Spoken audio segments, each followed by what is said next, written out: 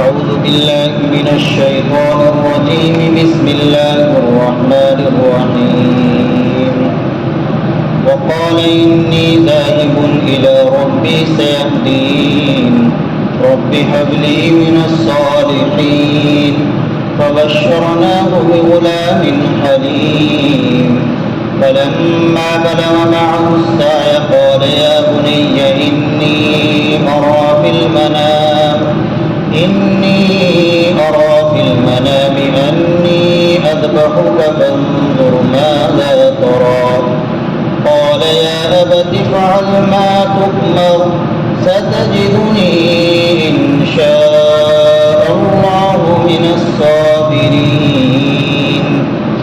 فلما أسلما وتله للجبين وناديناه أن يا إبراهيم قد صدقت الرؤيا إنا كذلك نجزي المحسنين. إن هذا لهو البلاء المبين. وفديناه بذبح عظيم وتركنا عليه في الآخرين. سلام على إبراهيم كذلك نجزي المحسنين.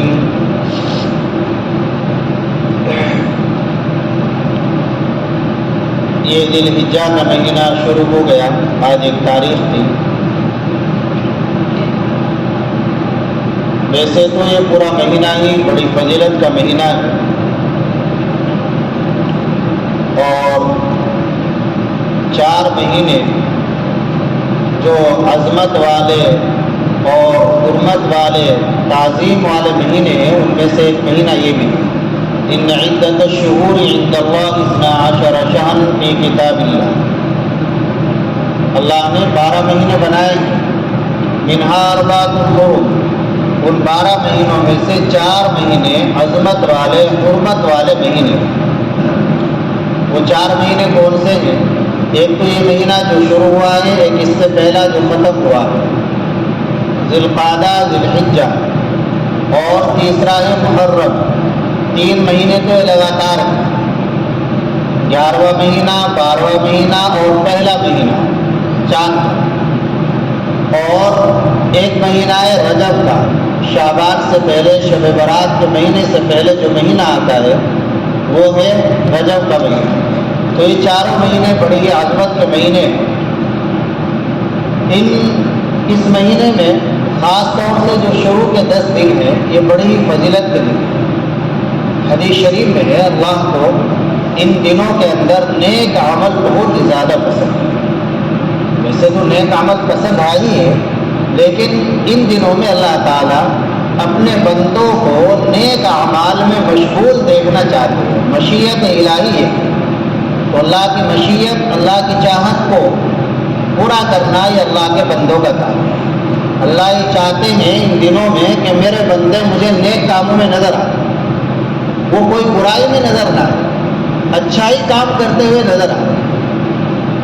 ہمارا کوئی بڑا, کوئی محسن کسی چیز کو چاہ رہا ہے, ہم اس کی چاہت کو پورا کرنے کی کوشش کرتے ہیں.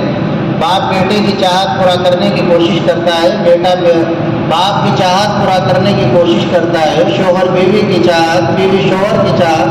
تو ہمیں اللہ جو ہمارے خالق ہے, مالک ہے, سب کچھ دینے والے اللہ, تو ان کی چاہت کو, ان کی مشیت کو ہم پورا کرنے والے. تو اللہ کو ان دنوں کے اندر نیک اعمال بہت زیادہ پسند. کیا نیک اعمال؟ نماز, روزہ, تلاوت, صدقہ, خیرات. کسی نے پوچھا, صحابی نے معلوم کیا کہ یہ جہاد سے بھی افضل ہے نیک اعمال ان دنوں میں. فرمایا ہاں, جہاد سے بھی افضل ہے. ان دنوں میں جو نیک اعمال بندہ کرے گا وہ جہاد سے بھی زیادہ افضل ہے. کتنا بڑا مرتبہ. کیا نیک اعمال کرے ان دنوں میں؟ نیک اعمال ایک تو روزہ ہے. حدیث شریف میں ہے کہ ان 9 دنوں میں آدمی جو بھی روزہ رکھے گا, جس دن کا بھی روزہ رکھے گا, 1 سال کے روزوں کے برابر. خاص طور سے جو 9 ذی الحجہ کا روزہ ہے, حدیث شریف میں یکفر السنۃ التی قبلها والسنۃ التی بعدها, اس سے 1 سال کے پچھلے گناہ 1 سال کے اگلے گناہ معاف ہو جائے. ایڈوانس. عبداللہ ابن عباس رضی اللہ تعالی عنہما فرماتے ہیں کہ اس میں آدمی کے لیے 1 سال کی زندگی کی خوشخبری اور بشارت بھی ہے کہ اللہ نے 1 سال کی گناہ ایڈوانس میں معاف فرما دی. تو آدمی ہمت کرے، کوئی مشکل نہیں. موسم بھی معتدل ہی ہو رہا ہے، بہت زیادہ شدید گرمی نہیں ہے، آہستہ آہستہ اللہ کا شکر معتدل ہوتا جا رہا ہے. تو 9 کے 9 روزے رکھیں. ہر روزے کا ثواب 1 سال کے روزوں کے برابر. خود بھی رکھے، گھر میں جا کر بھی بھائی بہنوں کو، ماؤں کو، اپنی بیوی کو بتائے، جا کر سمجھائے. تو ایک نیک عمل تو یہ بھی. دوسرے کہ نماز جماعت کے ساتھ پابندی، اس کا اہتمام کرے کہ نماز اہتمام کے ساتھ پڑھوں گا. نماز بہت اہم چیز ہے. اللہ کے نبی صلی اللہ علیہ وسلم کا جب وصال ہو رہا تھا، آپ کی روح نکل رہی تھی، تو اس وقت آپ علیہ الصلوۃ والسلام نے 2 باتیں ارشاد فرمائی، 2 خاص طور سے وصیت. آدمی انتقال کے وقت، باپ کا انتقال ہوتا ہے، وہ چاہتا ہے کہ چند سیکنڈ باقی ہے، میں اپنے بیٹوں کو اچھے سے اچھی چیز بتلا دوں جہاں سے ان کا فائدہ ہو جائے. تو اللہ کے نبی صلی اللہ علیہ وسلم کی شفقت تو باپ سے بھی کہیں زیادہ ہے امت پر.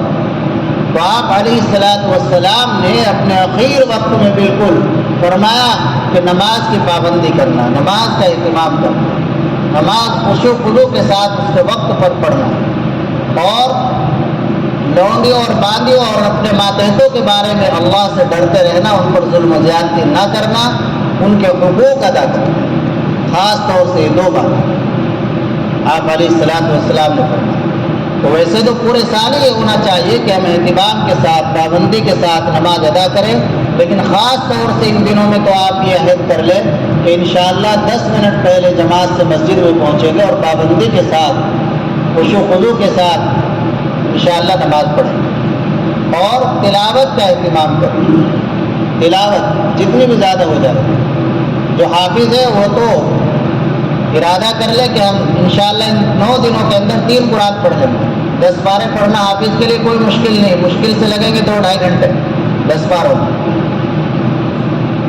اللہ نے ان 10 راتوں کی قسم کھائی. رمضان کی راتوں سے بھی بعض علماء فرماتے افضل راتیں چل رہی ہے. والفجر ولیال عشر، 10 راتوں کی قسم. تو 10 راتوں سے مراد یہ 10 راتیں جو چل رہی ہے. ایک گزر گئی کل کی، آج کی یہ چل رہی ہے. تو اس میں خاص طور سے تلاوت کر لے، دعا کر لے، نوافل پڑھ لے، صلاۃ التسبیح پڑھ لے. ان دنوں میں ویسے پورے سال کی زندگی میں آدمی کا معمول ہونا چاہیے ابوابین پڑھے، اشراق پڑھے، چاشت پڑھے. جب ہم اس طرح پڑھیں گے یہ سب نوافل، اللہ کی طرف ہمارا رجوع ہوگا. تو یہ ہو ہی نہیں سکتا کہ اللہ ہمیں پریشان کر دے اور اللہ ہمیں ضائع کر دے. جب ہم اللہ پر یقین رکھیں گے اور اللہ کو راضی کرنے والے کاموں میں مشغول رہیں گے تو پھر اللہ ہمیں ضائع نہیں کرے. تو تلاوت کا اہتمام کرے، نمازوں کا اہتمام کرے، اور اپنی گنجائش کے مطابق ان دنوں میں صدقہ خیرات بھی کرتا. یہ بھی نیک عمل ہے. عمل صالح اللہ کو پسند ہے.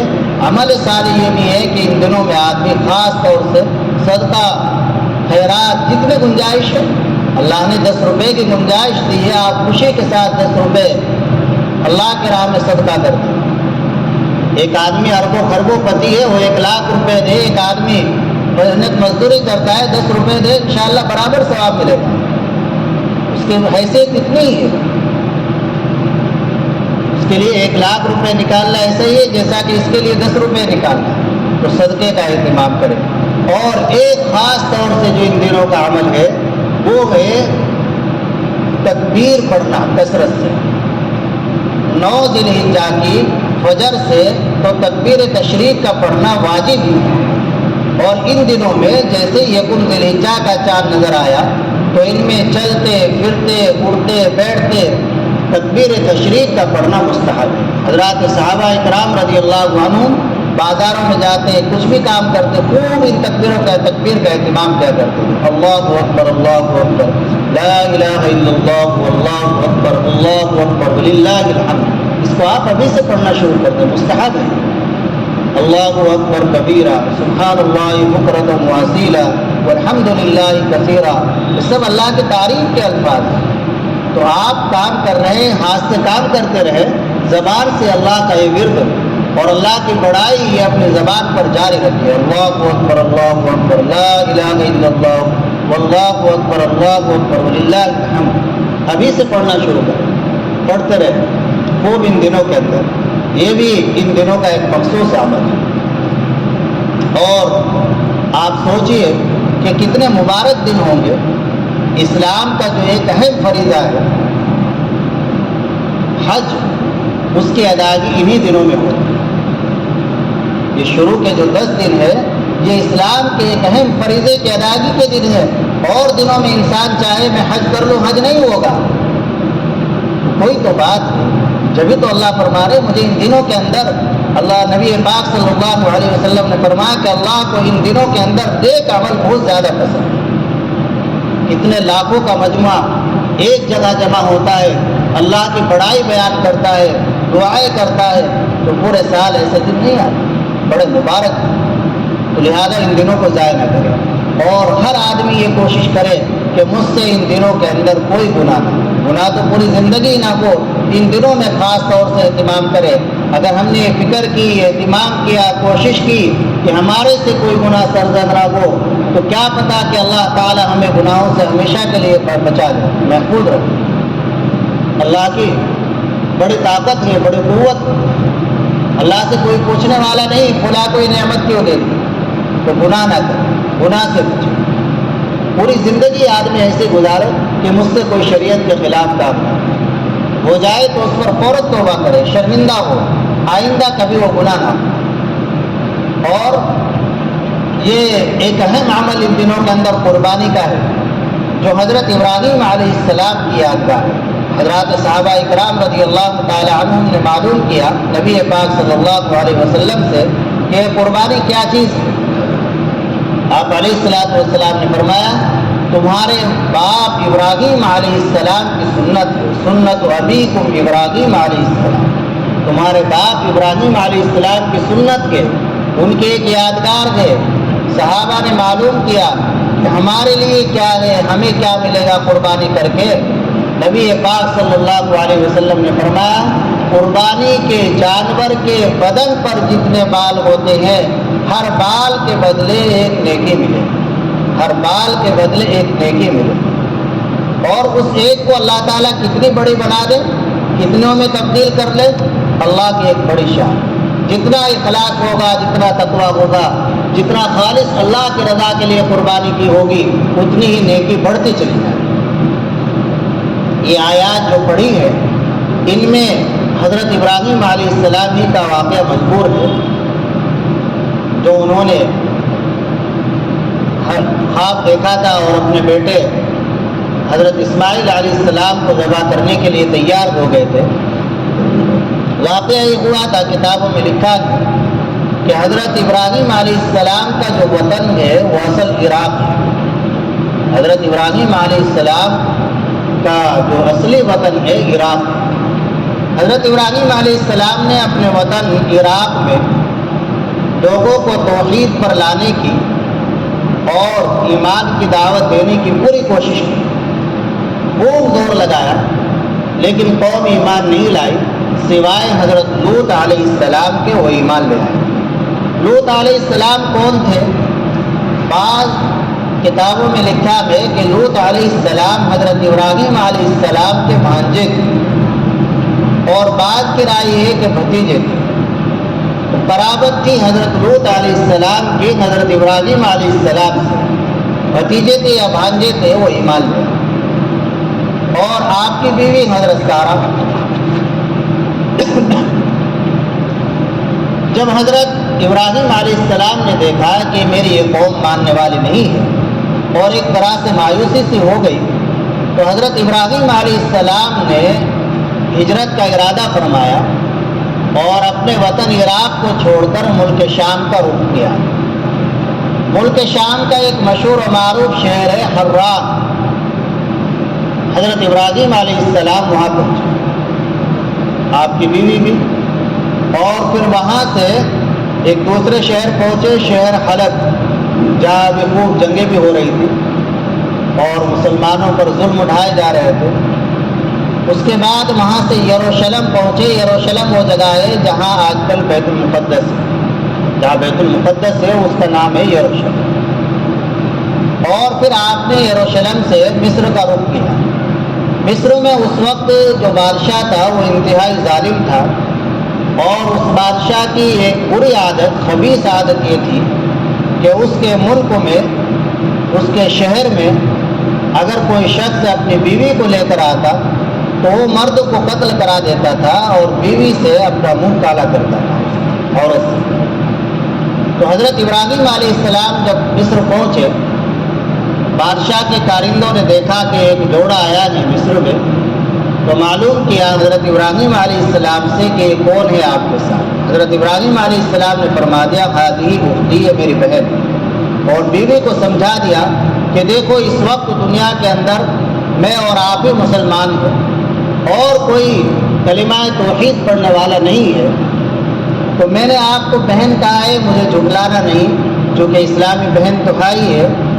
وجہ اس کی یہ ہے کہ اس بادشاہ کی عادت یہ ہے کہ اگر کوئی اپنی بہن یا ماں کے ساتھ ہوتا ہے تو پھر یہ مرد کو قتل نہیں کراتا ہے، تو اس لیے میں نے تمہیں بہن کہا۔ خیر حضرت ابراہیم علیہ السلام کو انہوں نے چھوڑ دیا، لیکن حضرت سارہ کو لے کر بادشاہ کے پاس پہنچ گئے۔ اب بادشاہ نے دیکھا حضرت سارہ علیہ السلام کی خوبصورتی کو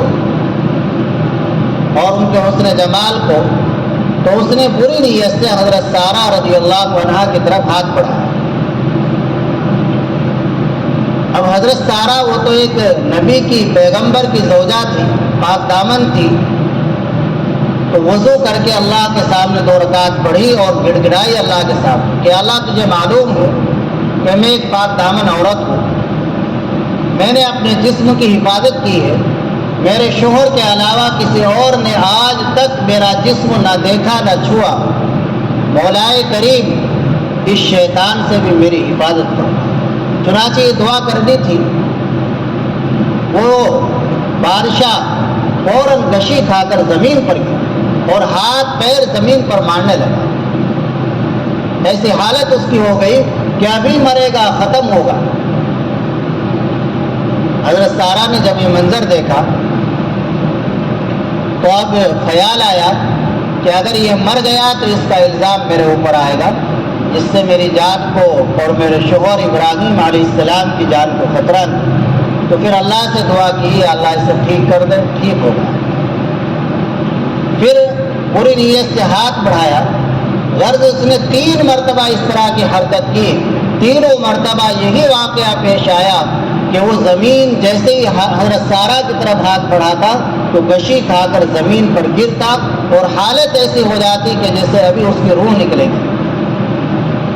پھر آخر میں تیسری مرتبہ جب ٹھیک ہو گیا تو اب سمجھ گیا کہ جس عورت کی طرف میں ہاتھ بڑھا رہا ہوں وہ کوئی عام عورت نہیں ہے، کوئی معمولی خاتون نہیں ہے، معلوم ہوتا ہے کہ وہ کوئی بڑی صاحب کرامت اور بڑی پاک دامن اور اللہ والے عورت۔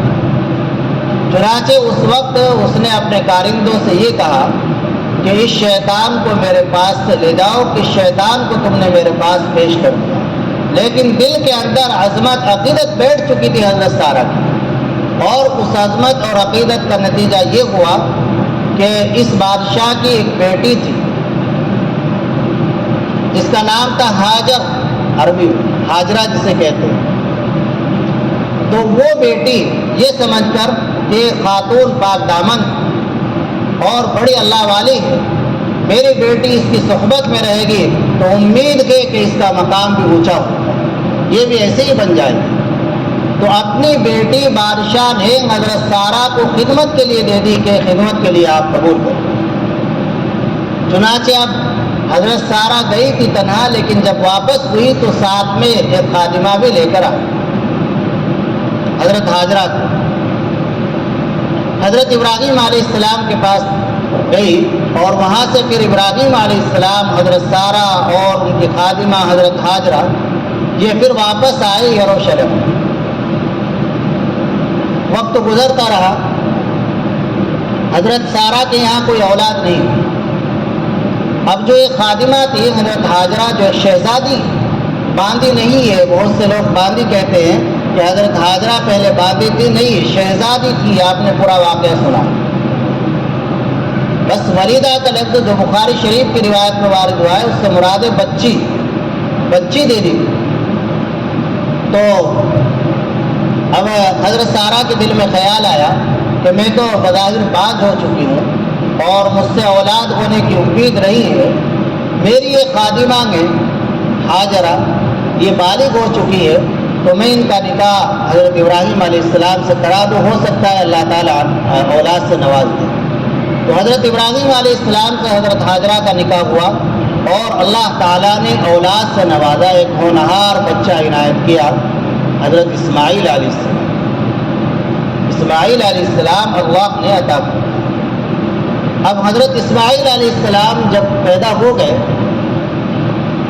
تو حضرت سارہ کو بڑی شرمندگی اور ندامت سے ہوتی تھی اور وہ اپنے اوپر بڑی غیرت کھایا کرتی تھی کہ میں اتنی بوڑھی ہو گئی اور اتنے دن سے ان کے نکاح میں ہوں، میرے یہاں کوئی اولاد نہیں ہوئی اور اس لڑکی کے یہاں اولاد ہو گئی، تو اسے بڑی غیرت آتی تھی اور یہاں تک کہ آپس میں کشیدگی سی بھی رہنے لگی تھی. اب اللہ کا حکم آیا حضرت ابراہیم علیہ السلام کو کہ تم اپنی نئی دلہن کو، نئی بیوی کو، چھوٹی بیوی حضرت ہاجر کو اور اپنے لختے جگر اکلوتے بیٹے حضرت اسماعیل کو لے کر وادی غیر ذی ذرا میں پہنچ جاؤ، یعنی جہاں بیت اللہ ہے وہاں ان دونوں کو چھوڑ کر آ جاؤ، وہاں ان دونوں کو بھیجو. چنانچہ حضرت ابراہیم علیہ السلام اللہ کا حکم سنتے ہی اپنی بیٹی، اپنی بیوی حضرت ہاجر اور اپنے لختے جگر حضرت اسماعیل کو لے کر روانہ ہو گئے مکہ مکرمہ کی طرف اور اس جگہ پر پہنچے جہاں بیت المقدس، جہاں بیت اللہ ہے، کعبہ ہے. کعبہ نہیں تھا اس وقت. حضرت فرشتوں نے جو کعبے کی تعمیر کی تھی، حضرت آدم علیہ السلام نے جو کعبے کی تعمیر کی تھی، اس تعمیر کے نشانات بھی ختم ہو چکے تھے. طوفان نوح میں حضرت نوح علیہ السلام کی کشتی جو 45 دن تک گھومتی رہی تھی، بڑا طوفان آیا تھا کعبے کے ارد گرد، تو اس طوفان میں حضرت کعبۃ اللہ کے نشانات بھی ختم ہو گئے تھے، صرف ایک تیلے کی شکل تھی. حضرت ابراہیم علیہ السلام اپنے بیٹے اور اپنی بیوی کو لے کر وہاں پہنچے. ایسا جنگل، پہاڑی ریت ہی ریت، 100 کلومیٹر بھی کوئی سبزہ، کوئی ہرا پیڑ درخت نظر نہیں آتا تھا اور 100 کلومیٹر تک بھی کسی انسان کی بود و باش نہیں تھی. اندازہ لگائیے ایسی جگہ پر حضرت ابراہیم علیہ السلام پہنچے. کچھ کھجوریں تھی، مشکیزہ تھا پانی کا، بیوی کے حوالے کیا. جہاں بیت اللہ ہے وہاں ایک ٹیلا سا بنا ہوا تھا، ایک درخت تھا، اس درخت کے نیچے چھوڑ دی اور اب وہاں سے روانہ ہونے لگے. تو حضرت ہاجرہ نے کہا کہ اس بیابان میں، جنگل بیابان میں، جہاں کوئی دور دور تک انسان کی بود و باش نہیں ہے، کوئی دور دور تک انسان نظر نہیں آ رہا ہے، آپ ہمیں یہاں چھوڑ کر جا رہے ہیں. آپ اندازہ لگائیے کیسا سخت امتحان تھا، کیسے قربانی تھی.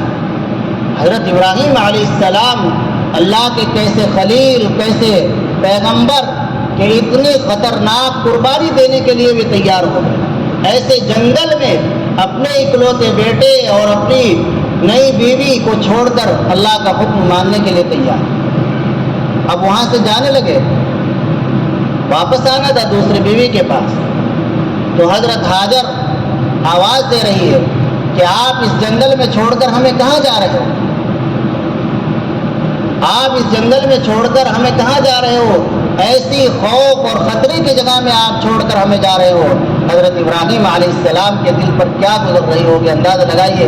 اکلوتا بیٹا، چھوٹا سا بچہ اور بڑھاپے میں ہوا، بڑی دعاؤں اور بڑی مرادوں سے، اور اسے جنگل میں چھوڑ کر جا رہے ہیں.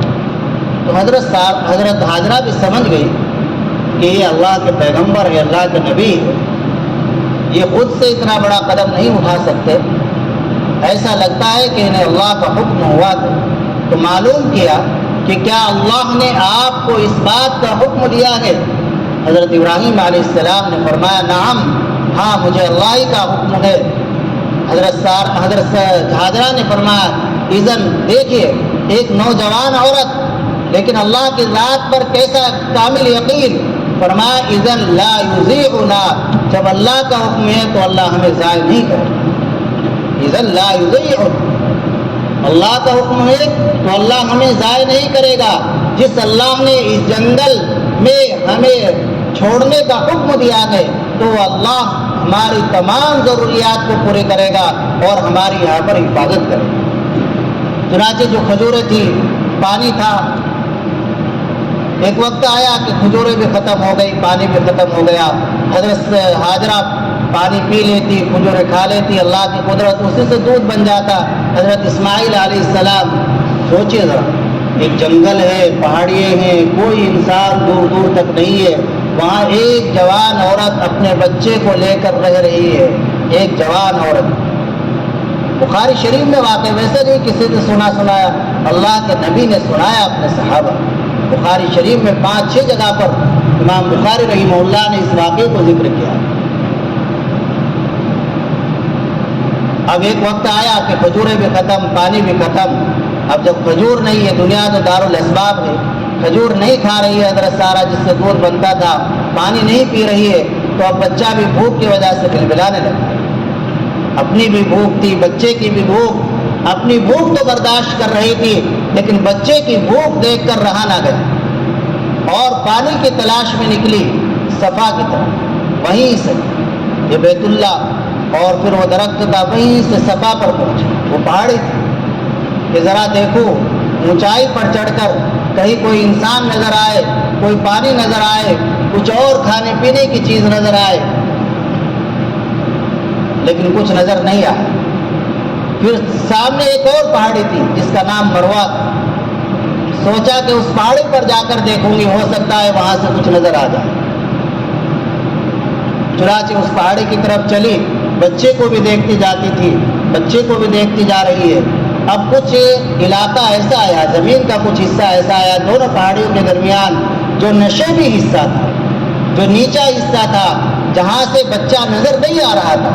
تو جب اس حصے میں پہنچی، بچہ نظروں سے غائب، بچہ نظر نہیں آ رہا تھا، تو اب وہاں تیز دوڑی تاکہ جلدی سے اونچائی والے حصے پر پہنچ جاؤ اور بچہ نظر آنے لگا۔ اللہ کو وعدہ اتنی پسند آئی کہ ہر حج عمرہ کرنے کے لیے حج عمرے کا ایک جز اس کو کرا دیا کہ وہاں آ کر دوڑے، تیز چلے۔ مروہ پر پہنچی، وہاں بھی کوئی پانی، کوئی کھانے کی چیز، کوئی انسان نظر نہیں آیا۔ مروہ سے پھر صفا آئی، صفا سے پھر مروہ، اسی طرح 7 چکر لگائے۔ 7واں چکر جو پورا ہوا وہ مروہ پر، تو جب مروہ پر کھڑی تھی اور دیکھ رہی تھی بچے کی طرف، تو اس وقت دیکھا کہ کچھ پرندے نظر اڑ رہے، اس جگہ پر کچھ پرندے نظر آئے، تو سمجھ گئی کہ یقیناً کچھ معاملہ ہے۔ بچے کے پاس پہنچتی ہے، دیکھتی کیا ہے کہ وہاں حضرت جبریل علیہ السلام تشریف فرما، اور حضرت جبریل علیہ السلام نے اپنا ایک پر مارا، وہاں سے پانی نکلا اور حضرت اسماعیل علیہ السلام اپنی ایڑیاں رگڑ رہے تھے جس سے وہ پانی جاری ہو رہا، تو آپ اس کو روکتے رہے، زم زم زم زم۔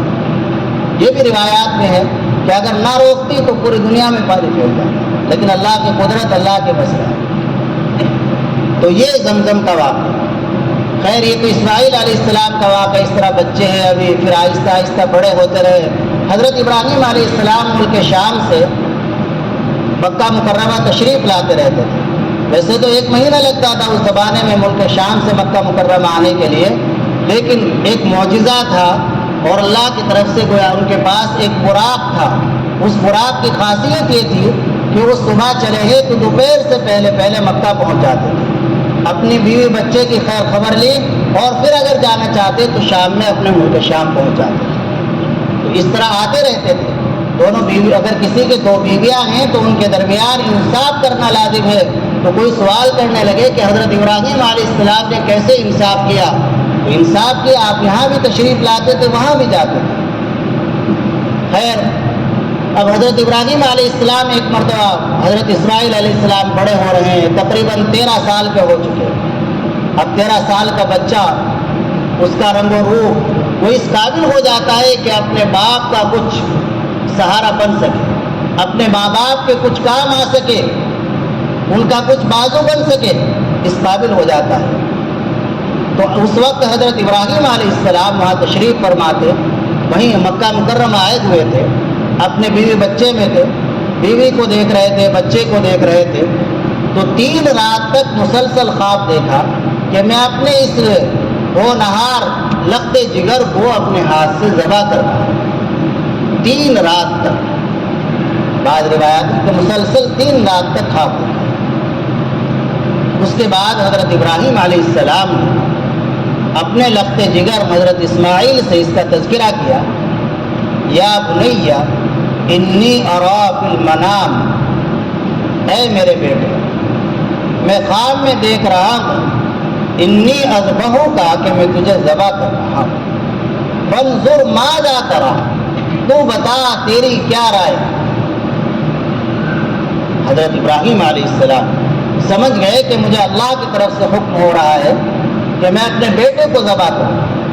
خواب میں یہ بھی ہو سکتا تھا کہ حضرت جبریل پیغمبروں پر جیسے اور احکام آتے ہیں اور پیغام آتے ہیں، وحی آتی ہے فرشتے کے ذریعے، تو یہ حکم بھی اللہ تعالیٰ حضرت ابراہیم علیہ السلام کو کسی فرشتے کے ذریعے دے سکتے تھے کہ بیٹے کو ذبح کر دو، لیکن نہیں، اس میں حضرت ابراہیم علیہ السلام کے کمال کو ظاہر کرنا اللہ تعالیٰ کا منشا تھا کہ دیکھو اگر حکم دیا جائے تو اس میں تو کسی تعبیر کی گنجائش نہیں ہے۔ خواب میں جب کوئی آدمی کوئی چیز دیکھتا ہے تو اس میں 100 تعبیریں کر سکتا ہے، خواب ہی تو دیکھا ہے، خواب میں تو کچھ بھی آ جاتا ہے، یہ ہے وہ ہے، نہیں، حضرت ابراہیم علیہ السلام نے کوئی تعبیر نہیں کی، کیونکہ نبی کا جو خواب ہوتا ہے وہ بھی سچا ہوتا ہے، ایسا ہی ہوتا ہے جس سے وحی۔ تو اپنے بیٹے کے سامنے ذکر کیا۔ بیٹے کے سامنے ذکر کرنا بھی اس لیے نہیں تھا کہ ان کو اللہ کا حکم پورا کرنے میں، اس کی تعمیل کرنے میں کوئی تردد تھا، نہیں، ایسا ہرگز نہیں ہے۔ حضرت ابراہیم علیہ السلام نے جو اپنے بیٹے اسماعیل علیہ السلام کے سامنے اس بات کا تذکرہ کیا، اس کی 2 وجہ ہیں۔ ایک وجہ تو یہ تھی کہ حضرت ابراہیم علیہ السلام اپنے لخت جگر کا امتحان لینا چاہتے تھے، وہ بھی دیکھنا چاہتے تھے کہ دیکھو میرے بیٹے کے اندر میرا کچھ اثر آیا ہے، میرا لخت جگر یہ کیسا ہے، اس کا امتحان اور اس کی آزمائش مقصود۔ اور دوسری بات یہ کہ انبیاء اکرام علیہ الصلوۃ والسلام کو جو حکم دیا جاتا ہے اس حکم کو بجا لانے کے لیے دل و جان سے تیار رہتے ہیں، لیکن صورت وہ اختیار کرتے ہیں جو آسان صورت ہو۔ تو ایک صورت تو یہ تھی کہ حضرت ابراہیم علیہ السلام بتائے بغیر اسماعیل علیہ السلام کو ان کو ذبح کرنے لگتے تو یہ ذرا مشکل تھا، مشقت تھی اس میں۔ اب حضرت ابراہیم علیہ السلام نے اپنے بیٹے کے سامنے اس کا تذکرہ کر دیا تاکہ وہ ذبح ہونے کے لیے تیار ہو جائے اور اپنا ذہن بنائے۔ تو یہ حکمتیں تھیں۔ الغرض بیٹے بھی آخر وہ پیغمبر کے بیٹے تھے۔ اندازہ لگائیے، ایک بوڑھا باپ ہے، اکلوتا بیٹا ہے، 13 سال کا بیٹا ہو چکا ہے، آپ بھی صاحب اولاد ہے، ہر آدمی اس کا اندازہ لگا سکتا ہے۔ ایک ہی بیٹا ہے، وہ بھی بڑھاپے میں، دوسری بیوی کر کے، اور اسی کو ذبح کرنے کا حکم۔ تو اب بیٹا بھی پیغمبر کا تھا، جواب دیا یا ابت افعل ما تؤمر، ابا جان جس بات کا حکم اللہ نے آپ کو دیا ہے آپ اس کو کر گزریے، اللہ کے حکم کی تعمیل کیجیے، اس کو پورا کیجیے۔ ستجدنی انشاءاللہ من الصابرین، آپ مجھے اللہ نے چاہا صبر کرنے والوں میں سے پائے۔ آخر آگے چل کر پیغمبر بننے والے تھے، نبی بننے والے تھے، تو جواب بھی ایسا ہی تواضع اور انکساری کا۔ یہ نہیں کہا ٹھیک ہے آپ ذبح کریے میں صبر کروں گا، ایک صورت نہیں، آپ اللہ نے چاہا تب۔ آدمی صبر بھی جب ہی کر سکتا ہے جب اللہ چاہے، کوئی بھی کام اللہ کی مشیت، اللہ کی چاہت کے بغیر نہیں ہو سکتا۔ انشاءاللہ یہ فرمایا کہ اگر اللہ نے چاہا مجھے آپ صبر کرنے والوں میں سے پاؤ گے، یعنی صبر کرنے والے اللہ کے بہت سے بندے ہیں، میں تنہا ہی نہیں ہوں۔ جس طریقے سے اللہ کے دوسرے بندے صبر و ضبط کرنے والے ہیں، میں بھی اللہ نے چاہا صبر و ضبط کرنے والوں میں سے ہوں۔ ہونا یہی چاہیے، آدمی کے اندر کتنا بھی کمال پیدا ہو جائے، کتنی بھی بلندیوں پر پہنچ جائے، غرور تکبر نہ آئے، اگر غرور تکبر آ گیا تو پھر ایک دم نیچے گر جائے. سب کچھ اللہ کا فضل سمجھے, اللہ کی طرف سے سمجھے. اب تیار ہو گئے, حضرت ابراہیم علیہ السلام لے کر چلے. شیطان درمیان میں 3 جگہ پر حائل بنا, آڑ بنا, اور بعض اسرائیلی روایات کے مطابق حضرت ہاجرہ کو بھی بہت بہکایا.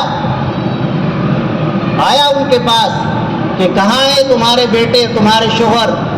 انہوں نے بتایا کہ جنگل میں گئے ہیں لکڑیاں لینے کے لیے. کہنے لگا نہیں, لکڑیاں نہیں, وہ ذبح کرنے کے لیے لے گئے ہیں. حضرت ہاجرہ نے کہا بھلا کوئی باپ اپنے بیٹے کو ذبح بھی کیا کرتا ہے؟ اب شیطان نے پوری پول کھول دی کہ ہاں وہ یہ کہتے ہیں اللہ کا حکم ہے. اب وہ بھی پیغمبر کی بیوی تھی, کہنے لگی جب اللہ کا حکم ہے تو اللہ کی امانت ہے, وہ جب چاہے اپنی امانت لے. یہاں بس نہیں چلا تو باپ بیٹوں کے راستے میں حائل بنا.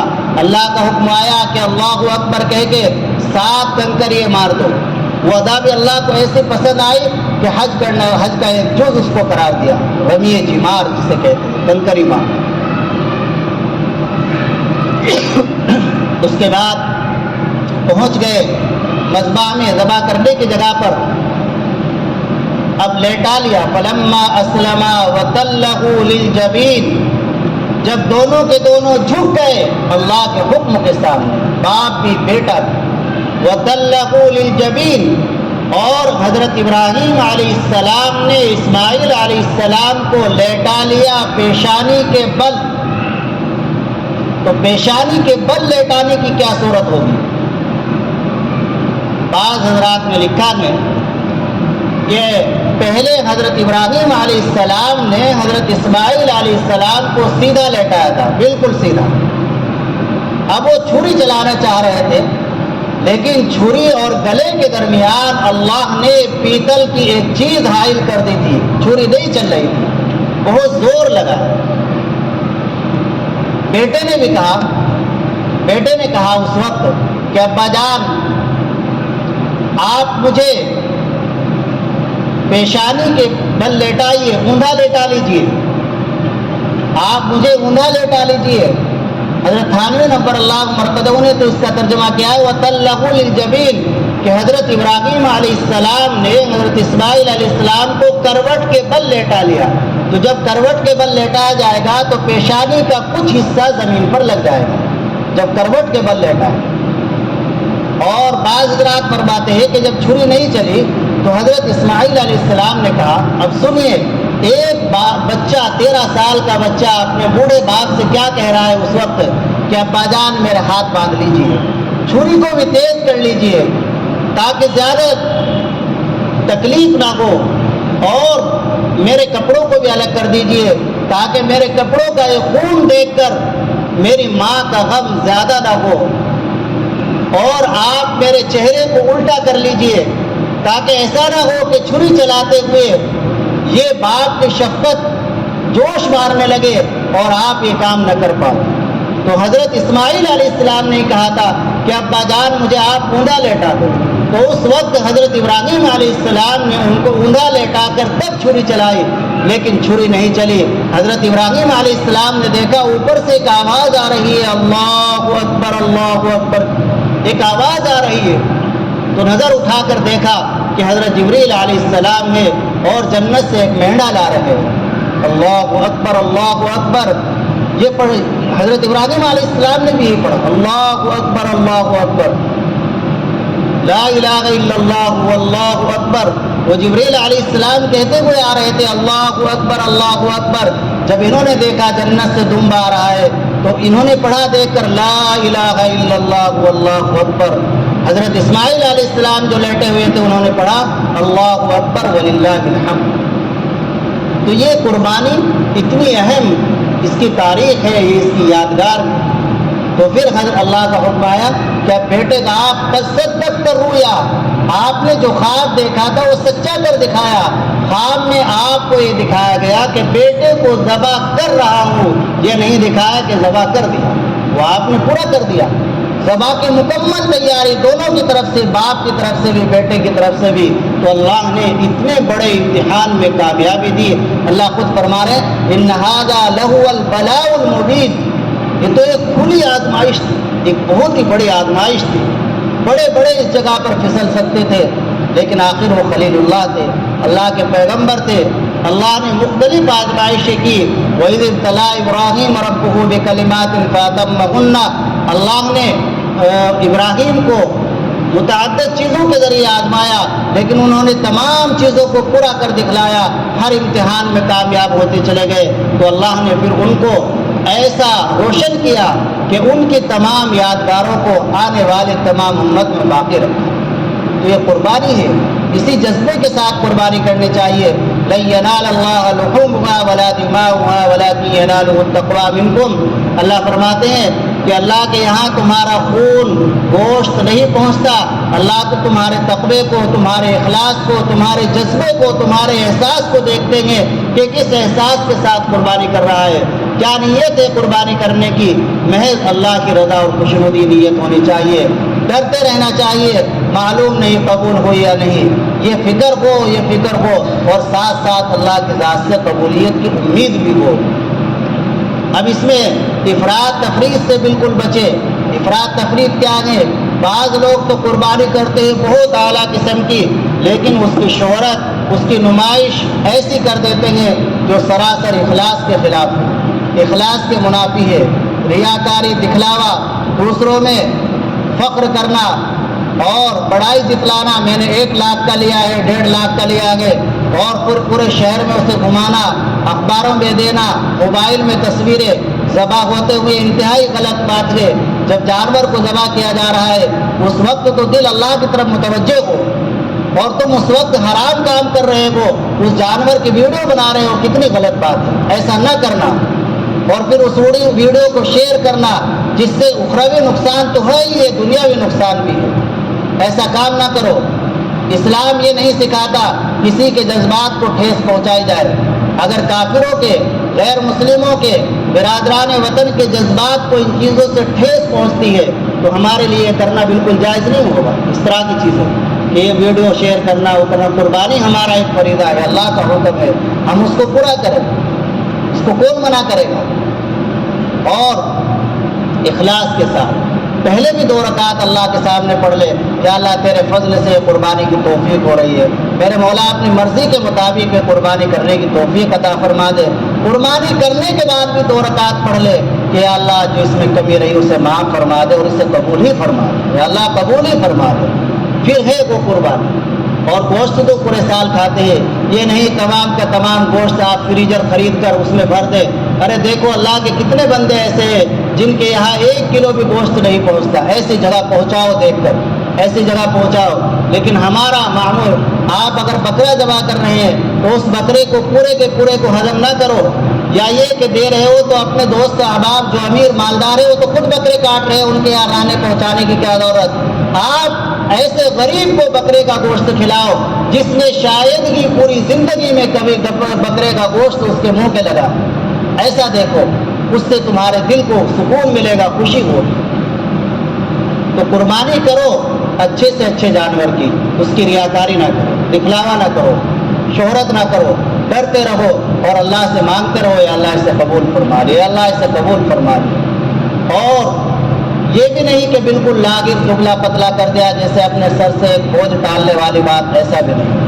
قربانی ہر اس شخص پر واجب ہے جس کے پاس 30,000 روپے کا سونا چاندی ہو، یا 30,000 روپے اس کے بینک بیلنس سے ہو، یا 30,000 روپے سامان تجارت میں لگا رکھے ہوں۔ بہت کم لوگ ہوں گے جن کے پاس نہ ہو، اس پر سال گزرنا بھی شرط نہیں ہے۔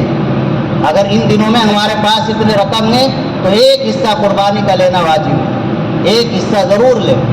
اور جن عورتوں کے پاس زیور گئے 20-25,000 روپے کا زیور ہر خاتون کے پاس ہے، چاہے وہ پہنی کیوں نہ رہی ہو، 25,000 روپے کی بالی آ جاتی ہے تو ان پر بھی قربانی واجب ہے۔ مردوں پر چاہے نہ ہو لیکن عورتوں پر قربانی واجب ہے، تو ان کی طرف سے بھی قربانی کرنا ضروری ہے۔ نہیں کرو گے تو گناہ گار ہو۔ ان عورتوں کو بتائے وہ اپنے سوٹ اور دیگر اخراجات کم کرے، لیکن جو فریضہ ہے، واجب ہے، اس کو پورا کرے۔ اللہ عمل کی توفیق عطا کرے۔